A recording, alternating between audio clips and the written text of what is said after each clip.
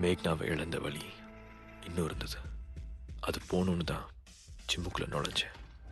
இன்றைக்கும் என் ஜூனியர்ஸ் கிட்ட அதான் சொல்கிறேன், உங்கள் உடம்பை ரெடி பண்ணுங்க, எல்லா வழியும் போயிடும்னு.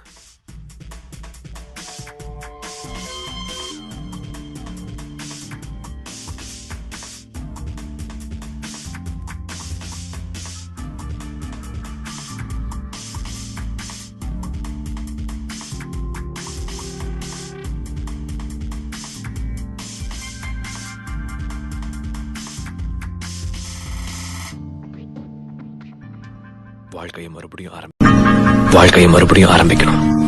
அடுத்த உயர்வுக்கு போகணும்னு எனக்குள்ள இருந்தது. அது போகணும்னு தான் ஜிம்முக்குள்ள நுழைஞ்சேன்.